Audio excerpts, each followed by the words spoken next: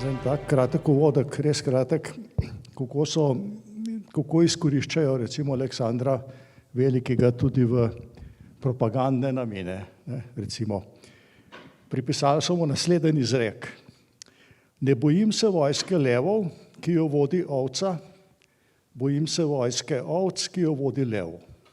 Ko politično se mi zdi, da je res dober, obarvan, ne? In je res bilo, da je Persija imela vso moč na svetu takrat, neverjetno. In je Aleksander s svojo vizijo v resnici in svojo relativno majhno vojsko premagal Persijo, kar je bilo fenomenalno, ne? In če danes gledamo okoli sebe, mislim, da imamo še zmeraj vojske, pa da bom rekel tudi ovce, ampak sigurno nam pa manjka ta pravih levov, ne? V Sloveniji imamo enega, ta je živalsko vrtov, ampak dober. Pri tem pa ne mislim na vojskovanje, ampak mislim predvsem na vodenje na splošno. In kako konkretno je bilo pa vodenje za časa Aleksandra, pa naš predavatelj Miloš, izvoli. Hvala lepa. Najlepša hvala za uvod, ki je tako, kot se reče, žebljico na glavico. Namreč točno to bomo danes videli. Danes se bomo sprehodili skozi le nekaj let. Pravzaprav 333 pred Kristusom pa do 330. 3 leta. To so 3 leta, v katerih pravzaprav pride do najpomembnejših bitk in tam bo ta zadeva, ki jo je gospod Vernik zdaj omenil, dejansko prišla do izraza. Namreč skoraj po pravilu je Aleksander imel vojsko, ki je bila morda za tretjino, verjetneje pa samo za četrtino velikosti perzijske vojske. Aleksandrova vojska nikoli ni presegla 50.000 vojakov, medtem ko so bili Perzijci sposobni brez posebnih težav na bojno polje poslati 200.000 vojakov. Torej, to je seveda zelo pomembno in dejansko je pomembno to, da imamo pravega voditelja v vsaki stvari. Kaj je pomagalo perzijski vojski? Številčni, dobro opremljeni, tudi motivirani konec koncev, če pa ni imela poveljnika. Kralj Darej, bomo rekli, naj mu bo zemlja lahka, ni bil slab človek, ampak pojma ni imel o vojskovanju. In to se bo skozi današnjo predavanje lepo pokazalo. Poglejte, Aleksander, vemo, pride, doslej smo ga pripeljali do pokrajine Kilikija. Kilikija leži na jugovzhodu današnje Turčije, zelo pomembna dežela, bogata, izredno bogata.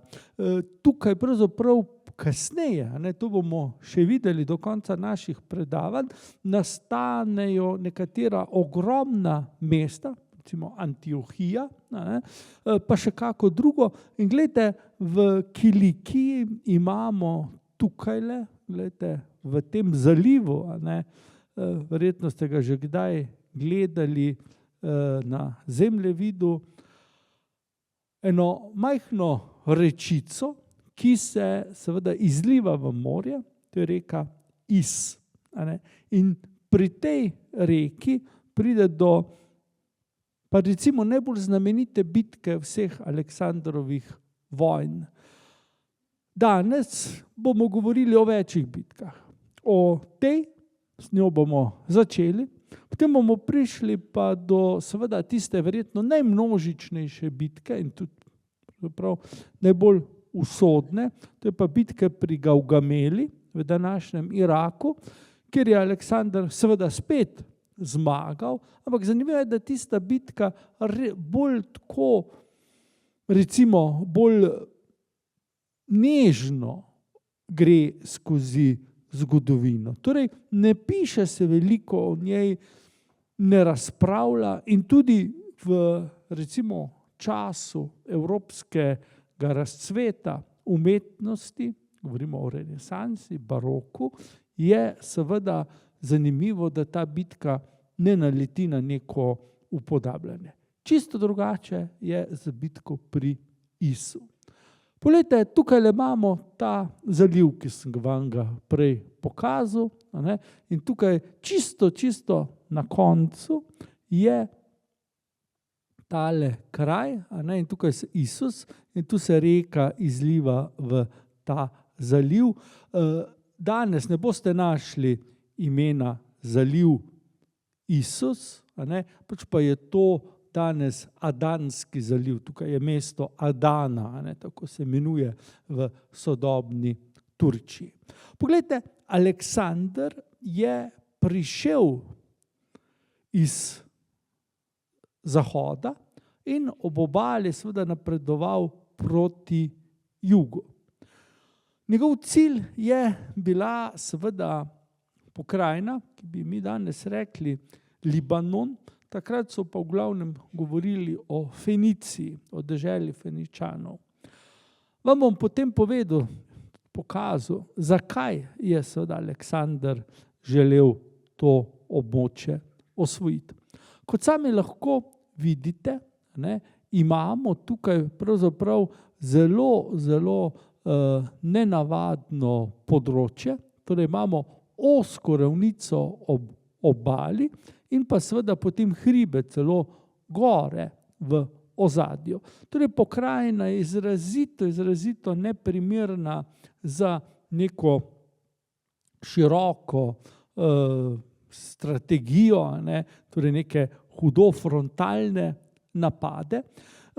In pokrajina je ne samo neprimerna za kaj takega, pač pa tudi za kaj drugega. Namreč to je pokrajina, v kateri se človek zelo lahko izgubi.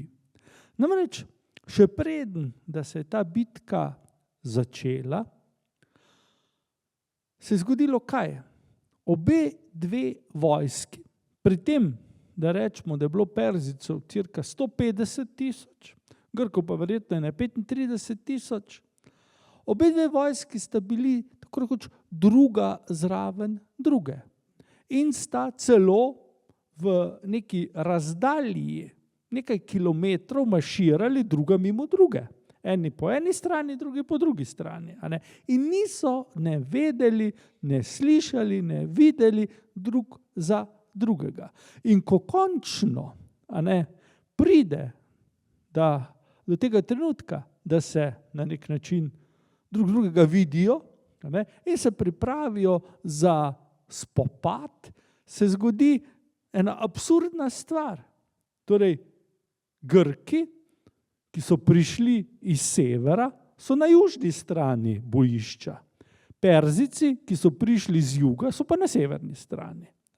To je tako, kot če bi, predstavljajte si, na vrhu Karavank se Slovenci in Avstrijci stepli in bi mi bili na avstrijski strani, oni pa na naši strani. Torej, tako so šli drug mimo drugega, da so popolnoma zamenjali položaje. Ne da bi brali temu tako, ampak dejansko lahko vidimo, da je bil teren tudi za te špijone, vohune, ki gotovo jih ni bilo malo, absolutno zelo tak zavajajoč. Ti ljudje niso zavohali drug drugega. In tako bi najbrž lahko korakali Aleksander dol do Tira, Perzijci pa najbrž v sredino Male Azije, da bi se srečali. Torej, da so se srečali, je bolj naključje. Torej, teren pri Isu ni bil izbran zaradi neke hudo dodelane strategije, ne na eni, ne na drugi strani, pač pa seveda čisto slučajno. Potem pač se je zgodilo, kar se je zgodilo. Poglejte, tule lahko zdaj vidimo ta položaj. Kot sem rekel, imamo Perzijce na severu in pa seveda Makedonce oziroma Grke na jugu. Lahko vidite po teh obarvanih površinah, da je bilo Perzijcev res znatno več, in na drugi strani seveda Makedoncev manj. Kot že seveda v bitki pri Graniku, če se spomnimo, to je bila prva bitka na tleh Male Azije med Perzijci in pa Aleksandrom, se tudi tukaj seveda vse skupaj odvije v dolini neke reke. Jaz sem vam rekel, da je bil teren zelo neugoden in lahko vidimo na desni strani, lahko se to lepo vidi, imamo te bolj temne odtenke, kar pomeni, da se teren dviguje. Dviguje in seveda, če gledate tukajšno merilo, torej jardi so skoraj enaki metrom, potem lahko vidite, da je tukaj na bojišču od obale pa not do seveda prvih vzpetin bilo približno 1 kilometer, nič več. In če pogledamo, bom rekel, te enote so seveda Aleksandrove bolj kot perzijske že gor v hribu bile. Torej, absolutno se niso poravnali, vsaj ne Grki, čisto ob morju. Perzijci delno, ja. Zdaj, ta bitka je bila seveda zelo pomembna, kajti tukaj sta si prvič nasproti stala oba vladarja. Torej, Aleksander, ki je doslej seveda tudi poveljeval svojim vojskam, in na drugi strani seveda kralj Darej. Vidite tukaj na sredini, tukaj D, tu je Darej bil, torej na sredini svoje vojske, Aleksander skupaj z konjenico pa na tej strani. Torej, spopad je bil seveda zelo pomemben, predvsem zaradi tega, ker so Grki, za razliko od Perzijcev, bili mnogo bolj gibljivi. In še nekaj, Aleksander je sicer bil vrhovni poveljnik, je pa imel ob sebi mnoge izkušene generale, kot recimo vidimo tukaj Parmenion, medtem ko seveda Darej vodi vojsko sam. Vidite, kako simetrično so se postavili, kralj na sredi, in seveda tu bi šlo samo za nek frontalni napad. Simetrična postavitev enot lepo to kaže. Aleksander vidimo, da je veliko bolj razgibal svoje vojske in ni bil na sredi, nasproti Dareja, pač pa na desni strani. In to je bilo seveda pomembno, kajti Aleksander je tukaj vodil napad z desne, ne frontalno, pač pa z desne, in Aleksander je potem za svojo konjenico prodrl sem in seveda razbil Perzijce. Kralj Darej ni imel izkušenj z vojsko. Kot sem rekel, ni bil slab človek in tudi Aleksander ni nikoli o svojem nasprotniku trdil, da je slab človek, bil je pa popolnoma neizkušen kot vojak. In tukaj seveda lahko vidimo, da je Aleksander za svojo dobro strategijo enostavno Perzijce prelisičil. Torej, bitka pri Isu je seveda, kot sem rekel, tista bitka, ki so jo v antiki in kasneje še posebej radi upodabljali. Tukaj lahko vidite sloviti Aleksandrov mozaik, ki je bil narejen za eno od vil v Pompejih, danes ga hranijo v Narodnem arheološkem muzeju v Neaplju in lahko vidite Aleksandra tukaj na levi in pa Dareja tukajle. Če pogledate Aleksandra, ima tak neustrašen, bojevit izraz, medtem ko je na obrazu kralja Dareja groza. Torej, Darej z grozo ugotavlja, da je seveda njegova velika, lepa vojska uničena.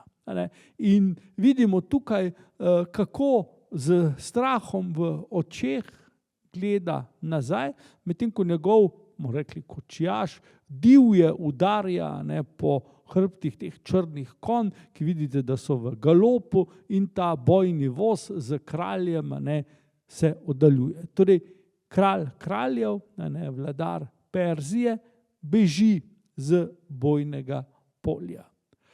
De facto je to res. Ampak tu je treba povedati, seveda, da Darej ni sam izbral tega, pač pa je to storil ta njegov kočijaš. Zakaj je tako storil? Predvsem tega, ker je bilo strah, da bi kralja, ki je sicer bil osebno zelo pogumen človek, padel v ujetništvo ali pa celo umrl, ker potem je bilo pa res vsega konec. Če morate nekaj vedeti. Medtem, ko imamo na makedonski strani eno veliko serijo zelo dobrih poveljnikov, pa tudi zelo, bomo rekli, izobraženih in pa tudi politično, bomo videli, zelo pribrisanih mož, nekateri izmed teh generalov so potem ustanovili po Aleksandrovi smrti svoje države, ki so trajale stoletja, Ptolemeja poznate, v Perziji ni bilo tako. Če si ti odsekal tisto glavo, ki je najbolj ven molela, torej kraljevo, si s tem pokončal vse. Namreč Perzijci so bili navajeni poslušati svojega vladarja. To, kar je rekel, je pač bila volja od zgoraj in ni bilo debate. Tako se je pač storilo. In če bi seveda v tem trenutku to se zgodilo, bi jasno Perzija že v tistem trenutku prenehala obstajati. Torej, Darej zbeži oziroma ga odpeljajo z bojišča, perzijska vojska propade. Motiv te bitke, kot sem rekel, je izredno priljubljen bil v številnih obdobjih. Tukaj lahko vidite slovito bitko pri Isu, danes se ohranijo v Münchenski stari pinakoteki. Albrecht Aldorfer je naslikal to delo tam okrog leta 1500. Verjetno je ta slika dobro znana, svoj čas je bila kot ovojnica svetovne zgodovine od Cankarjeve založbe, od tam sem jaz prvič videl. Potem imamo to sjajno sliko Pietra da Cortone, torej italijanskega baročnega mojstra v Rimu na Kapitolinskem muzeju. Vidimo, kako zelo dinamično je vse skupaj. Aleksander tukaj na svojem konju in pa perzijski kralj, kako beži, vidimo, sedi na prestolu in na vozu in ti njegovi konji bežijo. Vse skupaj je pa ena grozljiva zmešnjava, preplet konj, ljudi, orožja. Aleksander, vidimo, želi slediti Dareju, orel je nad njim, torej simbol Zeus ali pa Jupitra, ampak to se ne zgodi. Aleksander ne sledi Dareju, ker je pač bil ustavljen. Njegovi lastni generali so ga ustavili. Vedeli so, kaj bi Aleksander. Aleksander bi zasledoval Dareja, dokler ga ne bi ulovil in bi seveda posledično potem bilo vsega konec. Ne, da bi seveda Aleksandrovi generali tega ne hoteli, pač pa seveda je tukaj šlo za nekaj drugega. Bali so se, da bi Aleksander vmes padel v ujetništvo. Potem bi pa res seveda bil problem. No, ena prvih upodobitev ali pa celo najstarejša upodobitev te bitke je pa detajl, ki ga tukaj gledate, na Aleksandrovem sarkofagu, ki ga danes hranijo v arheološkem muzeju v Carigradu. To je tisti čudoviti sarkofag, ki ima 4 strani upodobitve iz Aleksandrovega življenja. Ni pa nikoli Aleksander bil not pokopan, o tem bomo še spregovorili. Torej, bitka je bila očitno navdih za umetnike od trenutka, ko se je zgodilo, pa naslednjih 2000 let. Torej, vsekakor zelo pomemben dogodek. Aleksandru je zmaga v bitki pri Isu na stežaj odprla vrata v prostor, ki mu mi danes rečemo Bližnji vzhod. Torej, območje Sirije, Libanona, Izraela in pa Jordanije. Ta prostor mu je bil zdaj odprt in Aleksander je zdaj lahko korakal proti jugu, vzdolž obale vzhodnega Sredozemlja. Poglejte, še preden pa je Aleksander nadaljeval z vojno, pa se odvije en zelo, zelo čuden dogodek.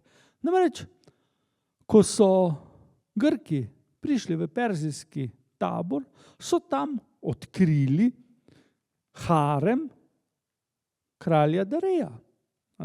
Torej, Darej, kot veliki orientalski vladar, seveda ni potoval brez svojega harema. In tu so seveda presenečeni Grki odkrili nekaj sestra velikega kralja, njegovo mater in pa tudi nekaj žen.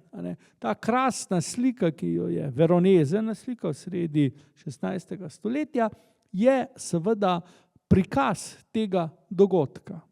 Vidimo Aleksandra tukaj, kako stoji skupaj z svojimi generali in tukaj imamo nekega, domnevamo lahko, eunuha, ki Aleksandru predstavlja to družino. Če pomislimo na običaje, ki so veljali predvsem na vzhodu, si ta družina Dareja III. Ni mogla obetati kaj dobrega. Torej, vidimo, vsi so na kolenih, vsi prosijo za milost. Aleksander pa je seveda jih vprašal, kaj bi pravzaprav radi. In ena od sestra kralja Dareja je rekla, da bi bilo tako kot pa doslej. In Aleksander je rekel, pa naj bo, vi ste zdaj moja družina. Darejevi mati je rekel, ti si zdaj moja mati, vi ste moje sestre, moje hčerke. In to je seveda, bom rekel, bilo zelo pomembno. Aleksandrovi vojaki niso tega razumeli. Aleksander pa je seveda imel še kaj več kot pamet dobrega vojaka, bil je državnik. Aleksander si je želel seveda zavladati temu ogromnemu cesarstvu. In vedel je, da nikakor ne bo to mogel, če bo veljal za morilca žena, starejših gospa in tako naprej.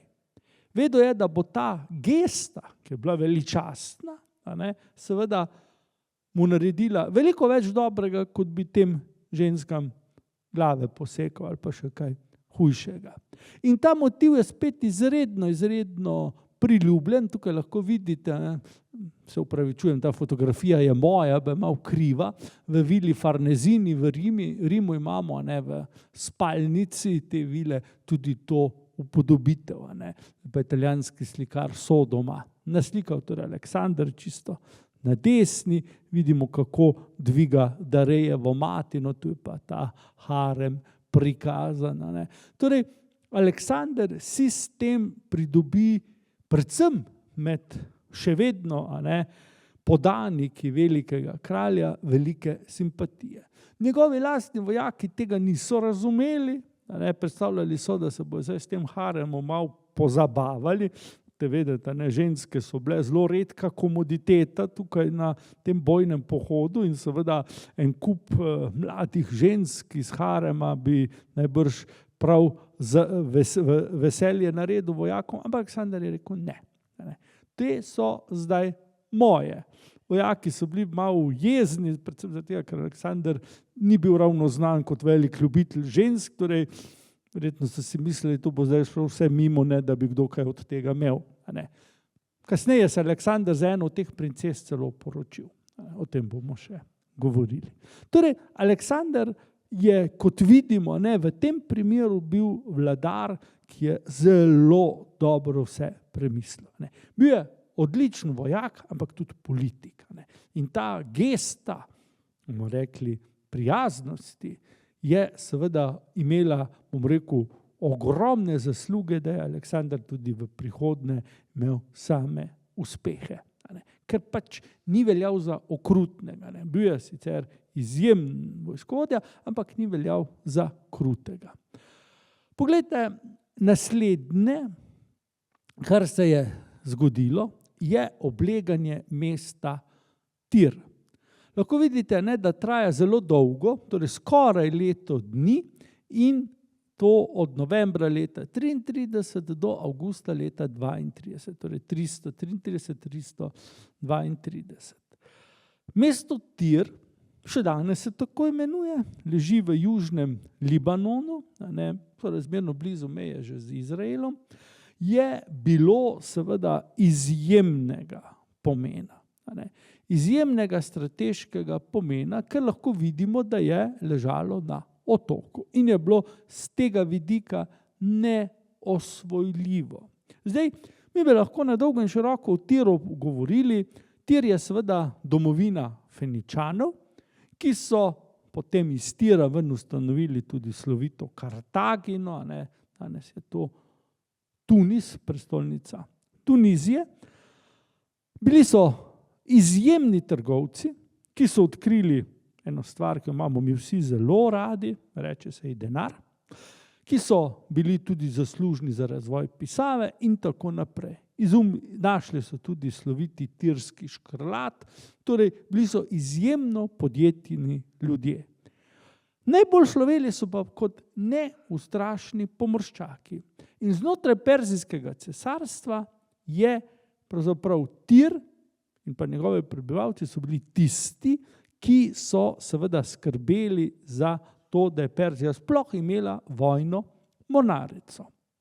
Perzijci, kot izrazito celinski narod, pojma niso imeli, kako se z morjem ravna. Feničani, ki so živeli dobesedno na morju, kot lahko tukaj vidimo, pa so seveda to dobro znali. In Aleksander je prišel pred mesto, morate si predstavljati, iz Isa je šel recimo dol, mimo Bibliosa, mimo Bejruta današnjega, mimo Sidona in prišel pred Tir. V upanju seveda, da se bodo prebivalci udali. Pa se niso. Aleksander je bil zelo jezen, tudi nemočen pravzaprav in dolgo ni vedel, kaj storiti. Grki so sicer lahko z katapultom streljali čez, ampak vidite, otok je od obale bil oddaljen približno 600-700 metrov. Torej, kaj storiti? Lahko vidimo. Aleksander se odloči, da bo zgradil nasip, po katerem bo lahko napadel mesto. Rekli boste, pa zakaj je Aleksander tako trmoglav, zakaj je porabil toliko časa za obleganje in v končni fazi tudi zavzetje tega mesta? Odgovor je zelo preprost. Leži seveda v dejstvu, da so bili Feničani tisti, ki so obvladovali perzijsko vojno mornarico. In ta je bila v danem trenutku tako rekoč nedotaknjena. Aleksander je seveda vedel, da lahko na bojnem polju premaga Perzijce, kolikrat hoče, ampak v tistem času, ko se bo on ukvarjal z perzijsko vojsko na kopnem, lahko seveda perzijsko vojno ladjevje, torej Feničani z drugo besedo, napadajo Grčijo, ki vemo, da je bila tako rekoč brez obrambe, ker Grki so po vseh teh uspehih drli v Aleksandrovo vojsko. Aleksander si lahko privoščil, da je vsake nekaj mesecev vojake, ki so bili utrujeni, zaslužni za vse te zmage, poslal domov, ker so prišle nove in nove sile. Ampak seveda na drugi strani je bila pa Grčija tako rekoč prazna. Vse, kar je bilo mladega moškega spola, je šlo v vojsko, prostovoljno seveda. Torej, če bi Feničani seveda napadli Grčijo, bila ta pravzaprav jim prepuščena na milost in nemilost. In zato je moral Aleksander za vsako ceno, ampak dobesedno za vsako ceno, Tir zasesti. In zato si je vzel, kot vidite, skoraj leto dni. Danes Tir izgleda tako, prosim, leta 1934. Moram reči, da sem imel v letu 23 srečo dvakrat biti tule, potem so se stvari spet zaostrile, tako da zdaj v Libanon se ne da, nažalost. Torej, tukaj nekje se je začel nasip in sem. Torej, tu je Aleksander zgradil nasip. Tu je otok, stari Tir. In ko je Aleksander zgradil nasip in seveda potem zasedel mesto, je nasip postal. In morje je v, rečemo, teh 2300 letih nasulo material, tako da imamo danes Tir povezan z kopnim. Danes je podoba mesta seveda drugačna, ampak zbral sem za nalašč to že skoraj 100 let staro fotografijo, predvsem ker imamo seveda tukaj vidno, kaj se je iz tega nasipa zgodilo. Torej, ko je Aleksander prišel do obzidja, se je lotil seveda z oblegovalnimi napravami napada, ki pa seveda je bil neke vrste slepilni manever.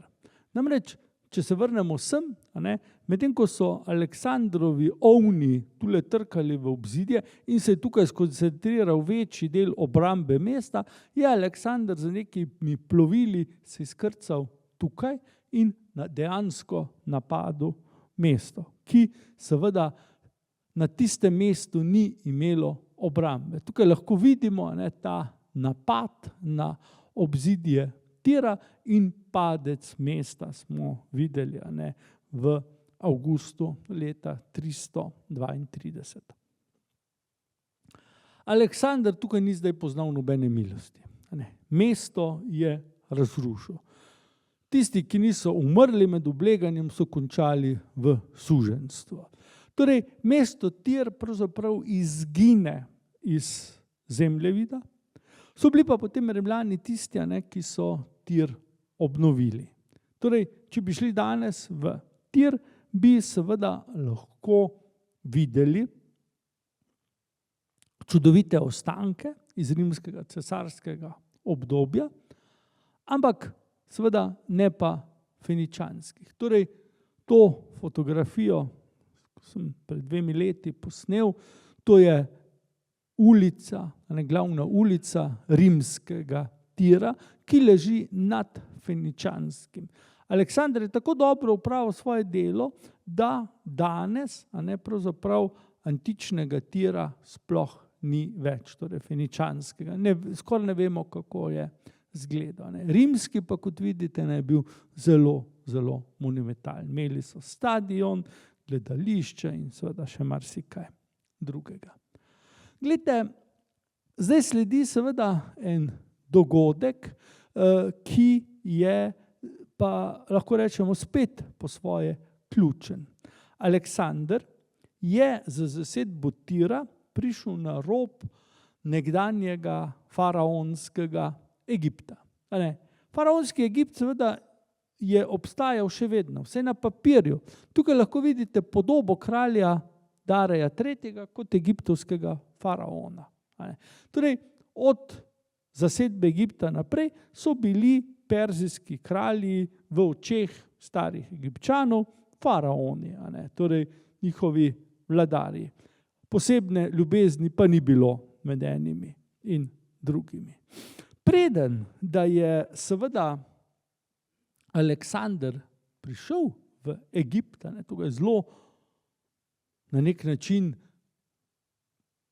mučilo oziroma zelo si je tega želel videti, čisto po turistični liniji. Namreč, morate vedeti, Aleksander je bral Herodota. Herodot je Egipt zelo dobro opisal, marsikaj si je izmislil sicer, ampak vendarle. In Aleksander si je to želel videti. Iz strateškega razloga je bil pohod na Egipt popolnoma neumen. Namreč, tam ni bilo nobene perzijske vojske, Egipčani so z veseljem bili obveščeni, da pač Perzijcev ni več, in seveda Aleksander bi z Egiptom za hrbtom ne tvegal nič. Ampak tu je Aleksander šel po neki svoji poti, in njegov obisk Egipta je seveda obisk, ki je imel zelo široke razsežnosti. Namreč Aleksander je tukaj verjetno načrtoval nekaj, kar se je potem tudi zgodilo. Glejte, preden Aleksander gre v Egipt, vemo, da obišče tudi Jeruzalem. Jeruzalem, središče judovstva.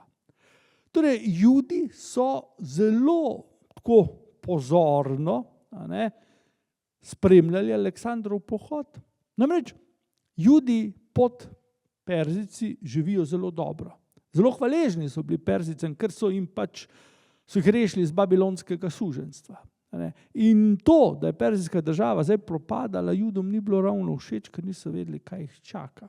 Aleksander obišče Jeruzalem, na nek način zagotovi Judom, da bodo še naprej lahko živeli tako, kot so, ampak seveda de facto Aleksander drži sicer besedo, ampak ker vemo, da kmalu umre, je to pravzaprav propad Perzije za Jude bil tudi propad njihovih svoboščin. Namreč Aleksandrovi nasledniki, diadohi, so bili izrazito protijudovsko usmerjeni. Glejte, edina bitka na pohodu v Egipt je bilo obleganje Gaze. Bo se rekla že takrat.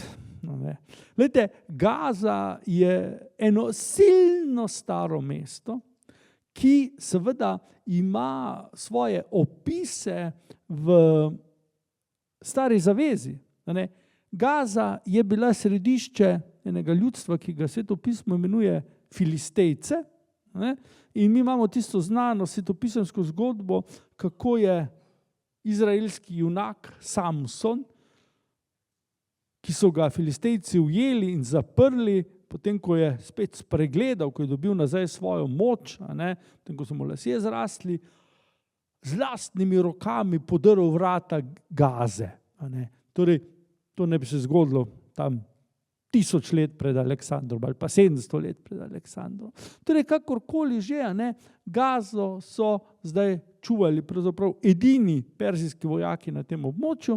Aleksander jih je premagal in s tem je bilo seveda perzijskega cesarstva ob Sredozemskem morju konec.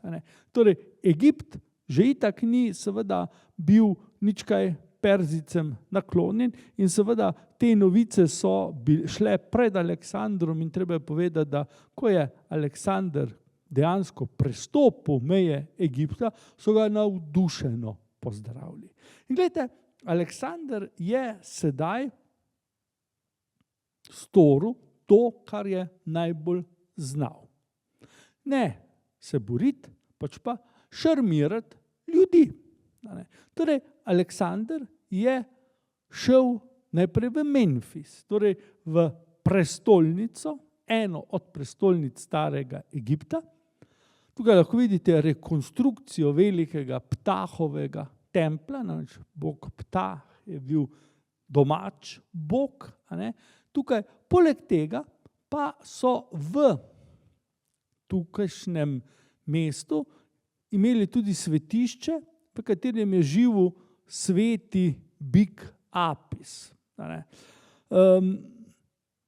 Aleksander se je najprej šel pokloniti Ptahu, tukaj vidimo eno risbo iz 19. stoletja, ki nam kaže tako mrakobno notranjščino tega svetišča, kar je čisto pravilno.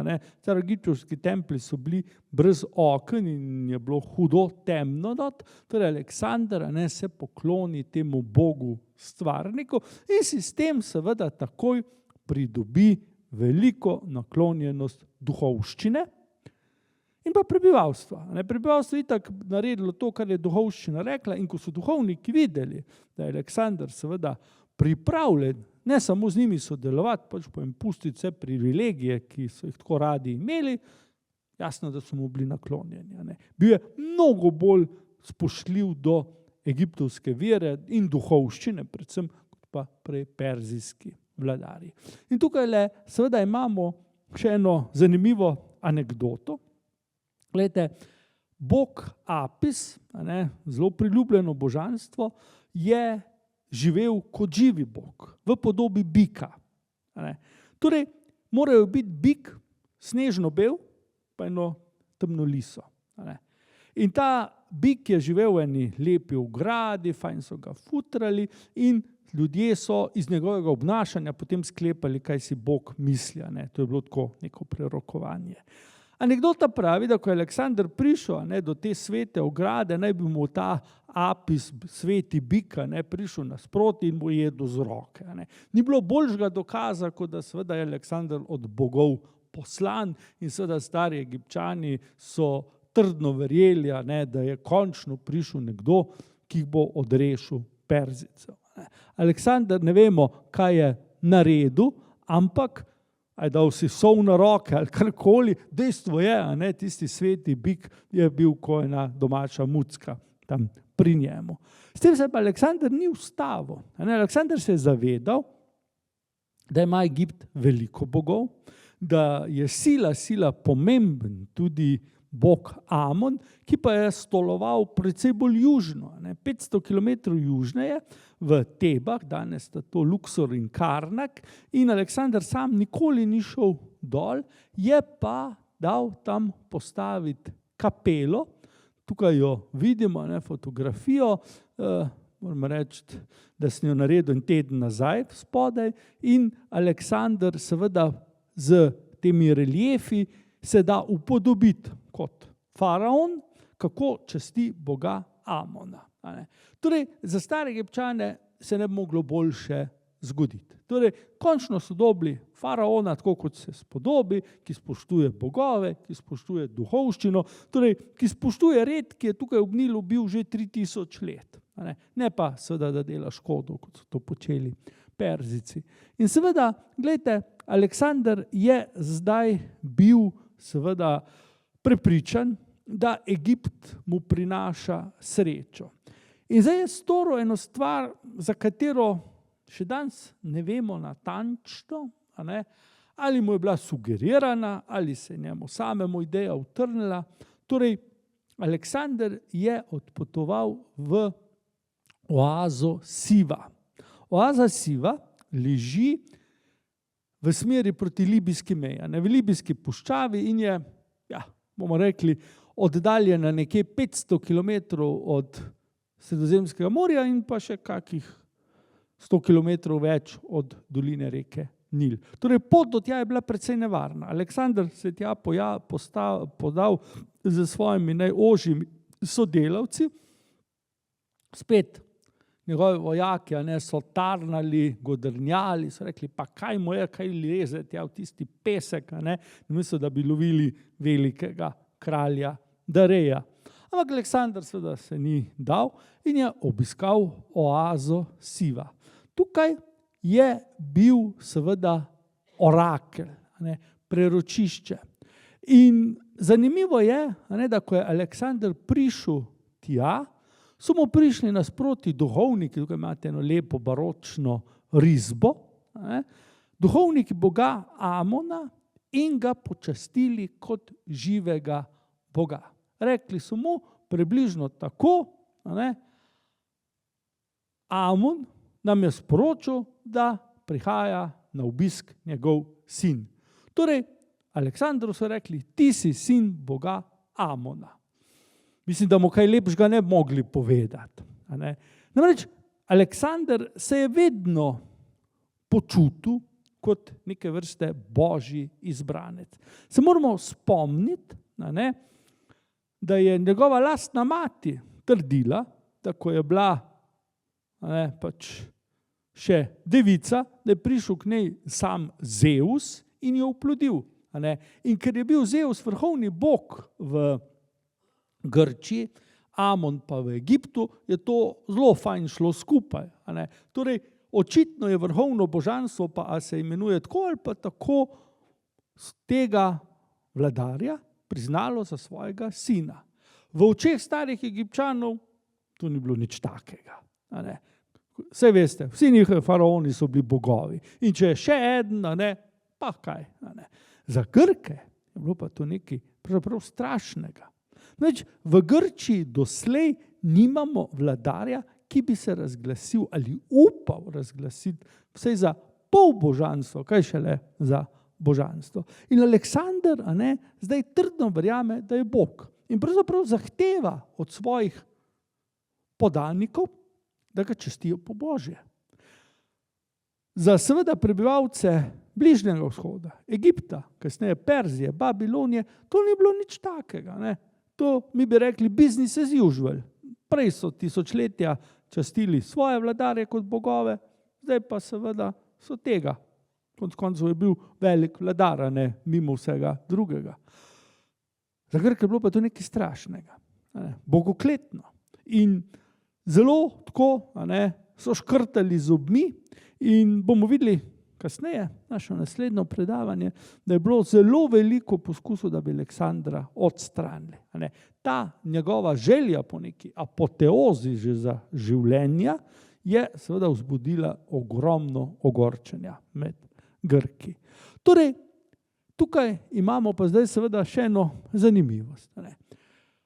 Bog Amon je imel kot svojo sveto žival ovna. Tukaj lahko vidite ovnovo sfingo pred templjem v Karnaku, spodaj je ena podoba faraona, in ker seveda vemo, da ima ovn rogove, so bili rogovi tudi simbol boga Amona. Zeus je bil seveda bog, ki je tudi imel povezavo z kozo oziroma z drobnico, namreč njega naj bi seveda koza vzgajala. Torej tu je bila spet neka korelacija in glejte, Aleksander, ki so ga po vrnitvi v Memfis uradno razglasili za faraona, tukaj lahko vidite njegovo kartušo, zdaj naredi nekaj nenavadnega. Simbole boga Amona, torej rogove, da na svoje kovance. Vidimo Aleksandra z tem trakom in pa temi rogovi. Če ste kdaj že kak tak trak videli ali pa morda celo kip Aleksandra z rogovi, potem vedite, da je to simbol boga Amona, torej egiptovskega boga, ki ga je Aleksander zdaj čisto uradno smatral za svojega očeta. In to je seveda pod črto tisto, kar se je zgodilo v Egiptu. Torej, v Egipt je Aleksander prišel kot kralj, kot vojak, kot človek, odšel je kot bog. In to je bil trdno prepričan. Torej, Egipčani so ga prepričali, da je bog. In Aleksander se ni dolgo branil tega. Preden, da je Aleksander šel iz Egipta, naredi še nekaj, bomo rekli, eno najbolj trajnih stvari, ki jih je sploh ustvaril, ustanovil je mesto, ga skromno po sebi poimenoval, Aleksandrija, in seveda to je mesto, ki kratko po njegovi smrti postane prestolnica Egipta in čisto seveda novo središče grškega ali pa sploh sredozemskega sveta. O tem bomo še kako besedo seveda rekli. Aleksander s tem, ko ustanovi to mesto, ni ustanovil prve Aleksandrije, še manj pa zadnje. Mislim, da vsega skupaj ustanovil 17 mest, ki so bila poimenovana po njem. Od Male Azije pa tja do Baktrije, danes bi rekli Uzbekistana. Vse vmes ležijo Aleksandrije. Torej, Aleksander je obljubil, da se bo vrnil, obljubil je držal, pa ne zato, ker je sam tako hotel, pač pa zato, ker so njegove posmrtne ostanke potem prepeljali v mesto in jih tu pokopali. To bomo še seveda omenili. Glejte, tukaj imamo zdaj malo Aleksandrove poti. Poglejmo, kaj je že naredil. Štartal je v Peli, šel čez Dardanele, zmagal pri Graniku, potem zasedel Sarde, Milet, Halikarnas, tukaj pri Gordionu presekal vozu, pri Isu zmagal nad Darejem in pa potem zasedel Tir, Sidon, obiskal Jeruzalem, oblegal Gazo in potem prišel v Memfis, šel sem v oazo Siva, vidite kako daleč je, in se potem vrnil v Memfis, ustanovil Aleksandrijo in potem seveda šel čez Bližnji vzhod v Mezopotamijo. Torej, tega dela svojega cesarstva, svojega imperija ni nikoli več videl. Torej, Aleksander je seveda nevede te kraje obiskal samo enkrat v življenju. Torej, njegova pot, glede na to, kaj vidite, kaj še vse sledi, je seveda bila tako rekoč šele na začetku. Glejte, kralj Darej v tem času ni zgubljal priložnosti, zbiral je novo vojsko, pravzaprav mu je prišlo zelo prav, da se je šel Aleksander malo turista, pa šel v Egipt, ampak Darej je seveda vedel, da se z Aleksandrom ne more meriti na bojnemu polju. Torej se je začel z njim pogajati. Tukaj lahko vidimo odlomek iz pisma, ki ga je poslal kralj Darej kralju Aleksandru. Gre za ploščico iz gline, ki so jo potem spekli, in to je bilo izročeno Aleksandru. Kaj je seveda Darej predlagal? Predlagal je mir in seveda neke vrste delitev oblasti. Torej, Aleksander bi dobil to, kar je danes seveda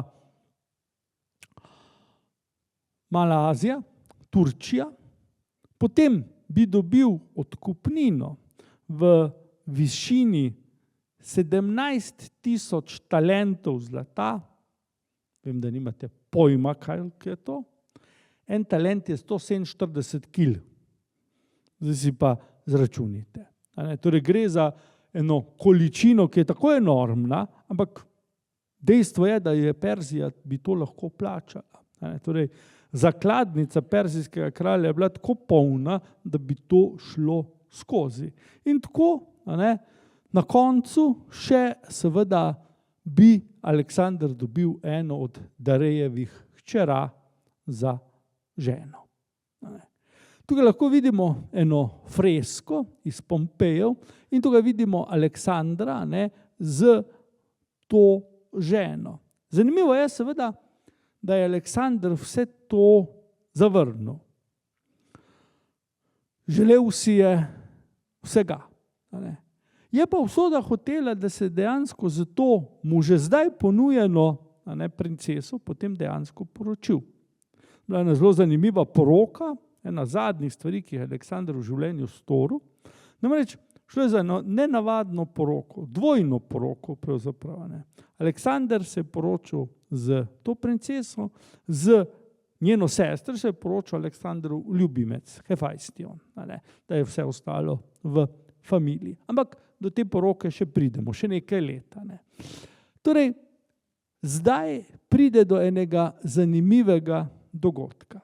Relief, ki ga vidite, nam prikazuje Aleksandra, vidimo tam na pol zleknjen na blazinah, in pa njegovega, bomo rekli, skoraj da očima, torej generala Parmeniona, ki je bil toliko star, da bi bil res lahko Aleksandrov oče, ki pravzaprav bere to pismo.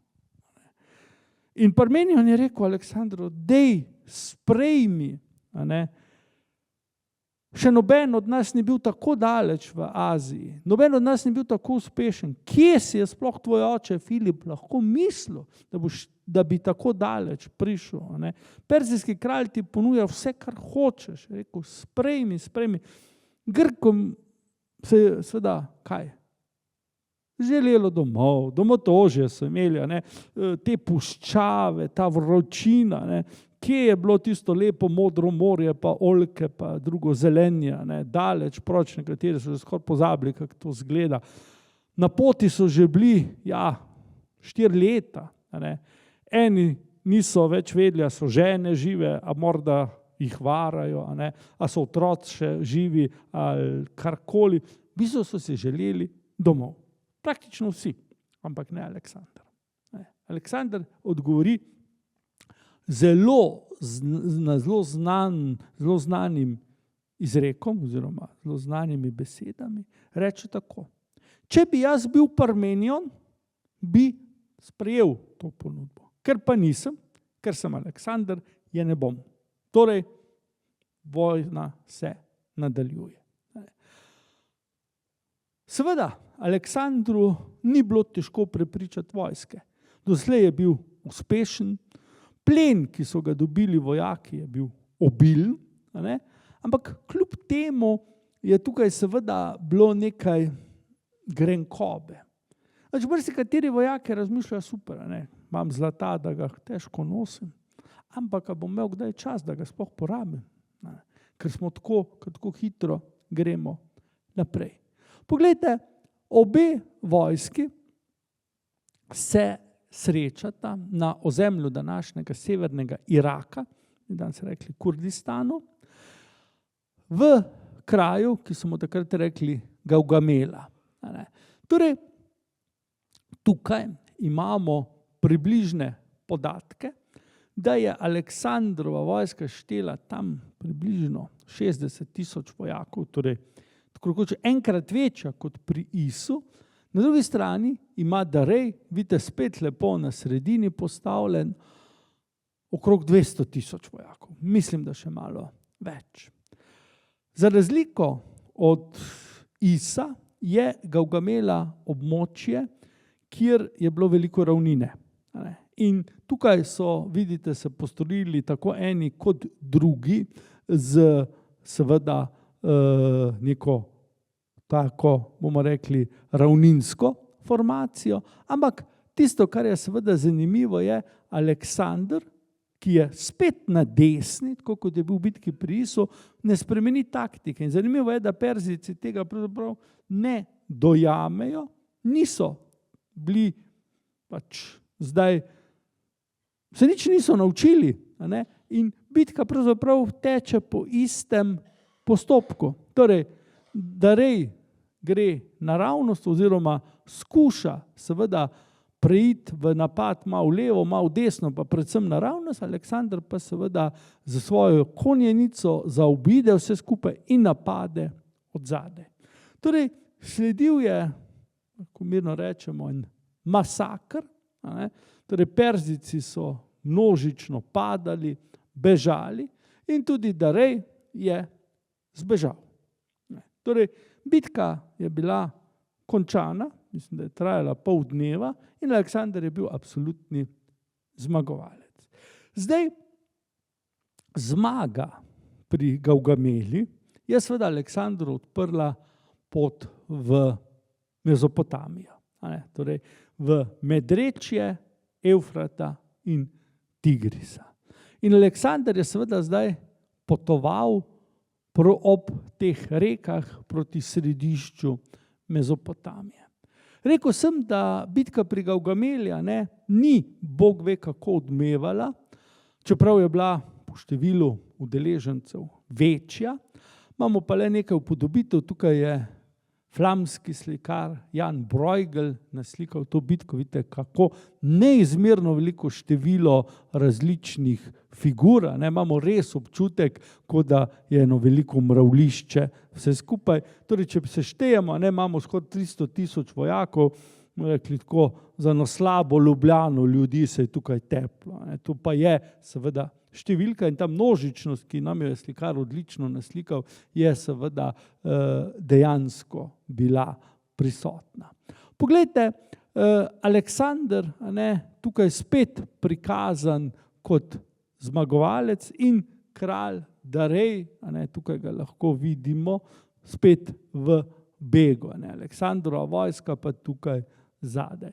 Torej, Darej je zbežal proti osrčju svoje države. Vi morate vedeti, da doslej so bitke potekale izključno na terenu, ki pravzaprav ni bilo poseljeno z Perzijci. Perzijci so imeli svojo deželo, to je Perzija in pa Medija še vedno nedotaknjeno. Torej, to je Aleksandra še čakalo. Ampak v tem trenutku seveda je Aleksandra bolj zanimalo nekaj drugega. Torej, prodor po Mezopotamiji proti jugu in tukaj vidimo iz 18. stoletja upodobitev Bek Dareja III. Revež upodobljen kot en Turk, najbrž mu niti najmanj ne bilo všeč, kaj takega. Dejstvo je, da je Darej res zbežal.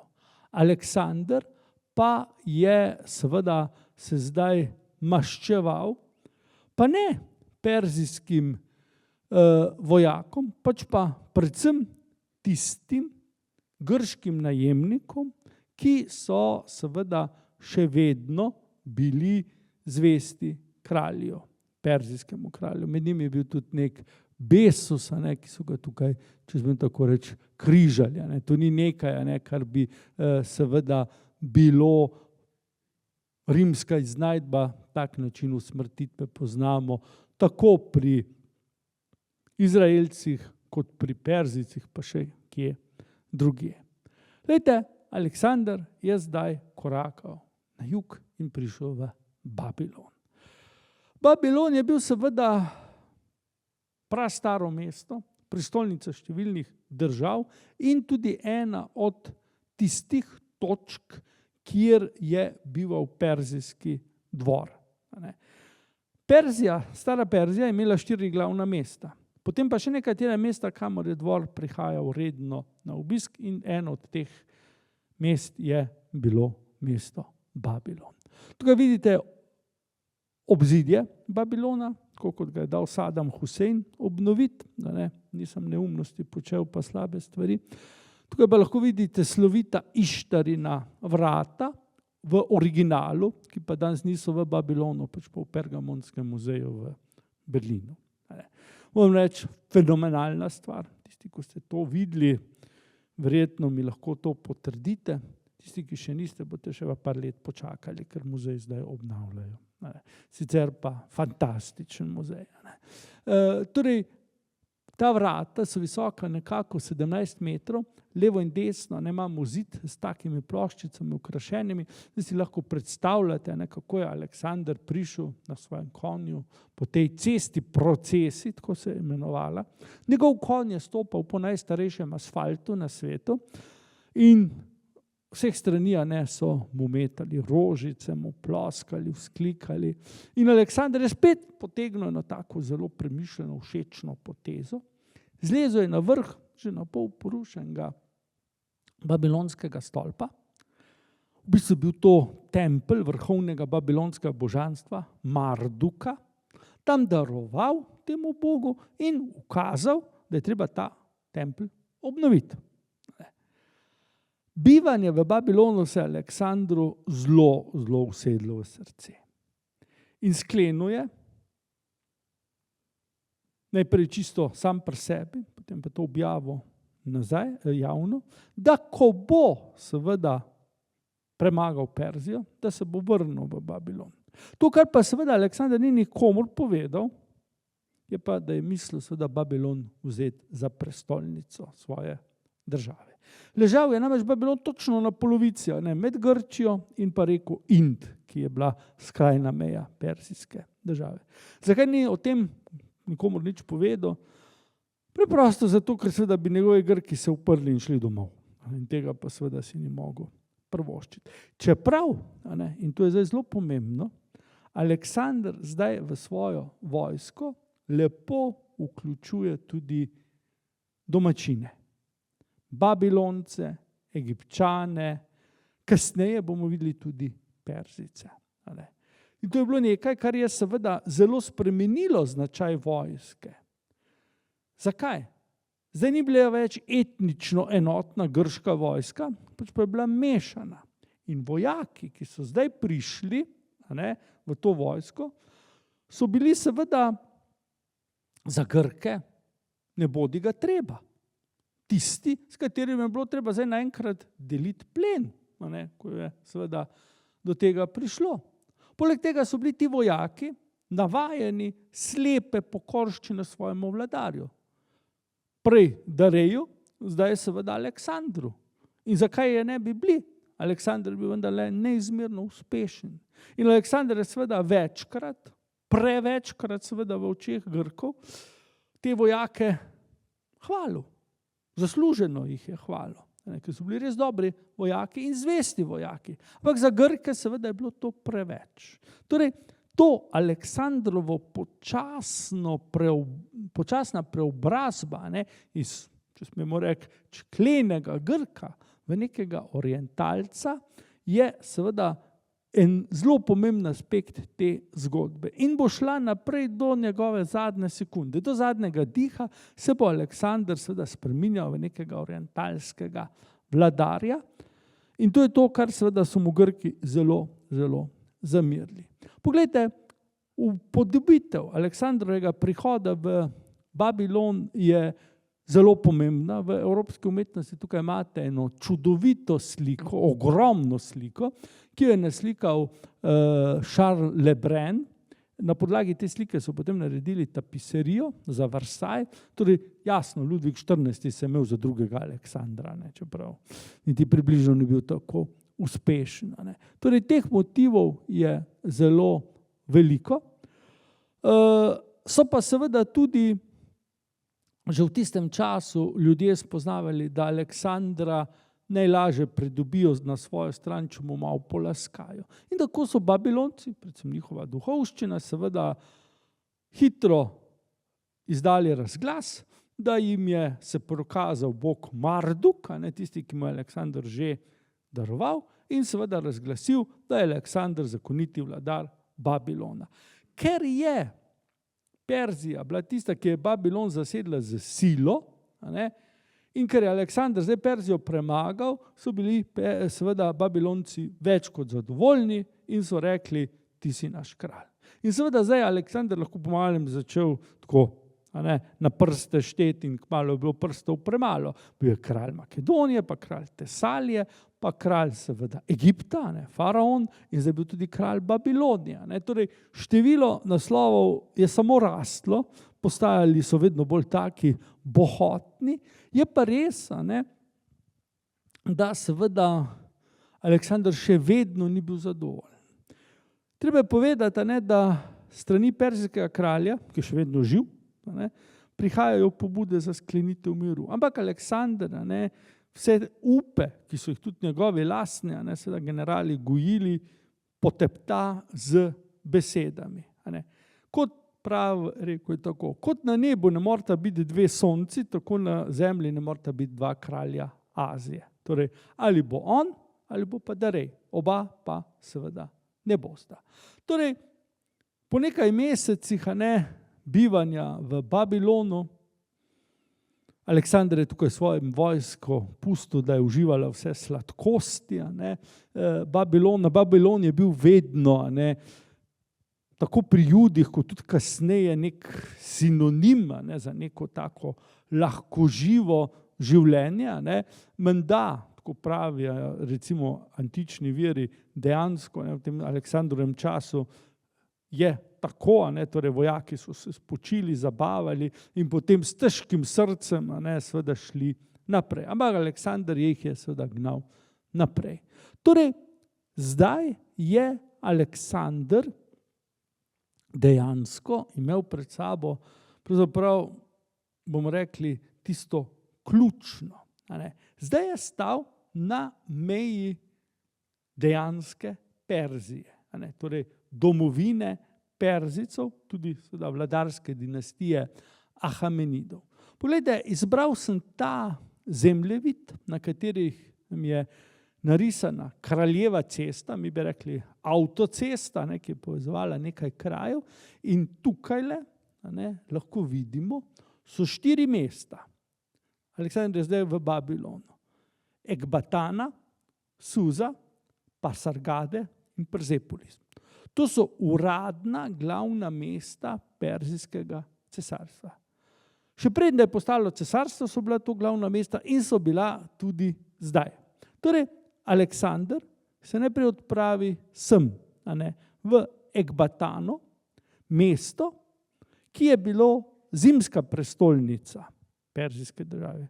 Ležalo je v enem lepem zavetju, tako da je bilo po zimi tam prav prijetno. Mesto se preda brez posebnih težav. In potem Aleksander odide na jug, po kraljevi cesti do mesta Suza. Suza je bila, bomo tako rekli, uradna prestolnica. Aleksander jo zasede leta 330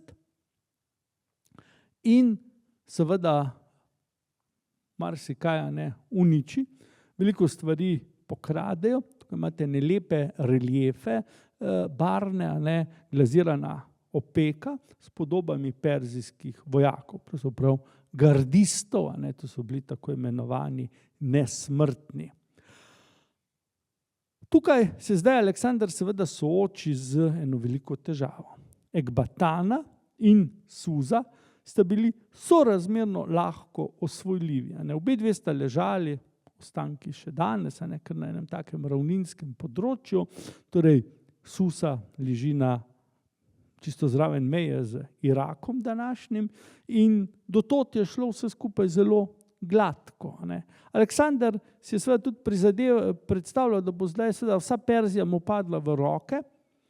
Suza je bila administrativno središče. Zdaj so bili v njegovih rokah vsi uradi, arhivi in kar je zraven sodilo, torej ves državni aparat. Ampak seveda Aleksander se je tu zelo uštel, namreč Perzijci, pravi Perzijci, so seveda se zabarikadirali za gorovjem Zagoros. Vidite, to je gorovje, ki sega od današnje Turčije, pa po meji med Irakom in Iranom, tukaj lahko vidimo, in pa globoko, globoko v Iran. In tukaj je zdaj naš Aleksander v Suzi.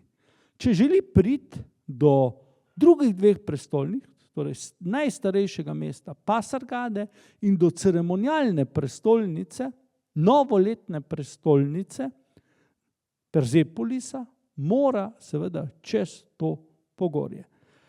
Pogorje Zagros je ne samo dolgo in široko, pač pa tudi visoko. Torej doslej se Aleksandru ni bilo treba v gorah boriti, odslej naprej se bo seveda večkrat moral. In to nikakor ni bilo lahko.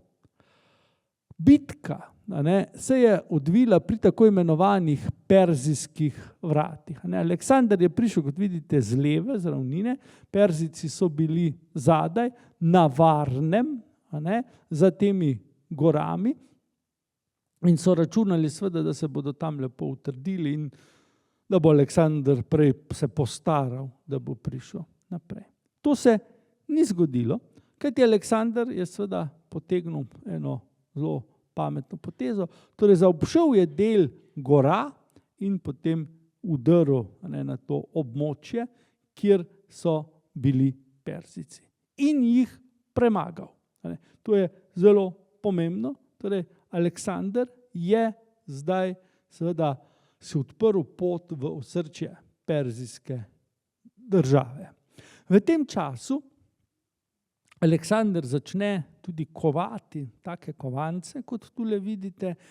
Na eni strani je na desni podoba olimpijskega Zevsa z orlom, na levi strani pa Aleksandra z temi rogovi. Torej jih lahko tule vidite, tako. Tule so rogovi in seveda s tem imamo Aleksandra, Amona in Zevsa. Torej, mi bi rekli, ne glede na to, kdo je vrhovni bog, Aleksander je njegov sin. A je to Mardok, ali Zevs, ali Amon, čisto vseeno. Vsi skupaj, vsak posebej so Aleksandrov oče. Kot sem rekel, to ni bilo najbolj pametno v odnosu do samih Grkov, ampak Aleksandra to ni brigalo. Poglejte, po zmagi pri perzijskih vratih je Aleksander prišel sem, v Persepolis. Na planoti, v pokrajini, ki se imenuje Pars, odtod tudi seveda ime Perzicov, je stala kraljeva prestolnica. Tu so bili grobovi perzijskih kraljev in sem je zdaj Aleksander prišel. Persepolis je imel prav posebno funkcijo v koledarju dvora. Jaz sem rekel, 4 so glavna mesta in med temi 4 glavnimi mesti dvor kroži. Tukaj je dvor bival za novo leto. Najprej, zelo pomembno, kdaj je bilo perzijsko novo leto, kdaj je Navruz, tako mu Perzijci pravijo. Konec marca. Torej, dejansko imamo novo leto pri Perzijcih vezano na prvi pomladanski dan. Takrat se je pri njih začelo novo leto. Takrat je moralo biti tule prečudovito. Travniki so cveteli, vse je bilo v nekem prebujenju in tukaj so perzijski kralji v tej veličastni palači, 300 na 500 metrov, je bila velika, sprejemali predstavnike svojih podložnih ljudstev. Tukaj lahko vidimo tako imenovani novoletni relief v večjih skupinah. Se predstavniki 20 narodov Perzijskega cesarstva pridejo pokloniti velikemu kralju in mu prinesejo darove. To je bilo vsako leto pravzaprav vrhunec koledarja. Novoletni sprejem na perzijskemu dvoru. Torej, prestolnica ni bila mesto v pravem pomenu, bila je samo ta ogromna palača, sem je dvor prišel za nekaj tednov in potem odšel. Potem tukaj je bilo prazno do naslednjega leta. Torej, Aleksander pride sem izven sezone, če smemo tako reči, in naleti seveda na to veličastno palačo, ki je bila prepolna zakladov. Predstavljati si morate, da odkar sta kralja Darej prvi in pa Kserkses prvi zgradila to palačo, je minilo že več kot 150 novih let. In če si predstavljate, kaj vse se je takrat nabralo v tej palači, moramo govoriti o tonah in tonah zlata in drugih dragocenostih in vse to je zdaj seveda dobil Aleksander. Ta uspeh Aleksandra, tako rekoč, opijanu, da verjetno niti ne bi bilo potrebno nekega alkohola, ampak pride tudi do tega. Torej, zdaj pridemo seveda do dogodka, ki je do danes ostal neraziskan. Mi vemo, da je Aleksander priredil banket. Tukaj imate neko risbo iz 19. stoletja, ki nam kaže en tak grški bakanal, fante, dekleta, ženske, moške, ki pijančujejo v tej veličastni palači. Obstaja zgodba, ki naj bi pojasnila, kaj se je zgodilo. Torej, Aleksander naj bi se na tem banketu, malo čudno, ampak vendarle zapletel z eno žensko. To je bila Hetera, prostitutka, Thais je bilo ime, Grkinja, torej so jo propeljali iz Grčije za Aleksandra. In ta naj bi seveda Aleksandra prepričala, da je zažgal palačo. Tukaj vidimo Thais, ki vodi Aleksandra, vsak ima v roki baklo, z namenom, da seveda zažgeta palačo. In tukaj je še ena taka upodobitev, še malo bolj groteskna. Aleksander drži kvišku Thais z dvignjeno baklo, v zadnji pa vidimo palačo, kako že gori.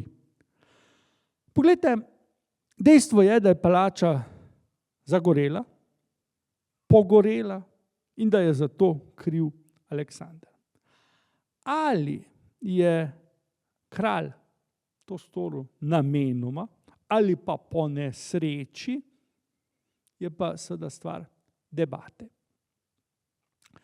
Grški zgodovinarji so seveda v en glas zapisali, da je Aleksander seveda storil to namenoma, da bi maščeval požig atenske Akropole leta 480 pred našim štetjem. Tisto stvar je požgal Kserkses in Aleksander je požgal palačo, v kateri je Kserkses bival. Torej, smo rekli, quid pro quo. To, da bi bila neka ženska, neka hetera, tista, ki je vse skupaj sprožila, tega pri grških zgodovinarjih ne boste našli. Namreč tako velik vladar, tako pomemben, tako pronicljiv, tako moder kot je Aleksander, pač ni mogel ravnati po nasvetu, po željah ene ženske, ki seveda je bila prostitutka. Torej, danes zgodovinarji niso enotnega mnenja. Vedno več je pravzaprav tistih, ki pravijo, da se vse skupaj zgodilo bolj po nesreči, kot pa načrtovano. Dejstvo je, da se je veliko pilo, veliko jedlo, da seveda po alkoholu so ti Makedonci postali malo objestni in ogenj z bakle naj bi šinil na neke prekrasne zavese in potem kvišku. Zdaj pa morate vedeti, če ste bili v Persepolisu, boste videli tiste veličastne stebre, tukaj jih lahko vidite, stebri prestolne dvorane, več kot 22 metrov so visoki, ampak na vrhu je bila streha iz cedrovine. 200 let so jo vetrovi sušili in ta se je zdaj vnela kot seno. In palača je gorela in pogorela. Ko so arheologi v 19.